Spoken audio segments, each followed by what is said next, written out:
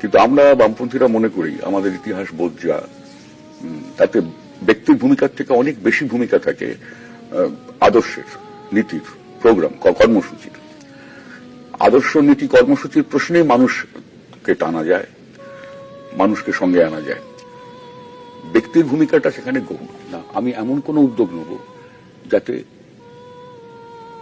অনেক ধরনের ছেলেরা চাকরি পেতে পারেন এবং সে যে নিয়ম নীতি আছে দেশে, এমপ্লয়মেন্ট এক্সচেঞ্জ আছে। ধরুন আমরা হলদিয়া পেট্রোকেমিক্যাল কমপ্লেক্স করেছি, আজকে ডাউনস্ট্রিমে 400 কারখানা হয়েছে, 12,000 ছেলেমেয়ের চাকরি হয়েছে। আমি দাবি করব না আমি চাকরি দিয়েছি।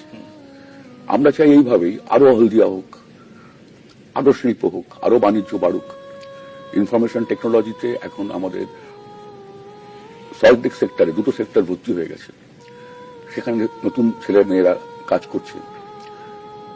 এই কর্মসংস্থান সৃষ্টি করতে হবে, এটি আমাদের লক্ষ্য। আমি যে সামাজিক স্তরে আছি, আমি যে জীবনযাত্রায় অভ্যস্ত, আমি সেই অভ্যাসের বাইরে আমি যাব না। মানে আমি যেতে পারবো না।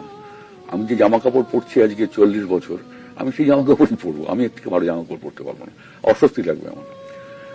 আমি যে বিছানাটায় শুই, আমি ওর থেকে বড় খাট আমার ঘুমই হবে না।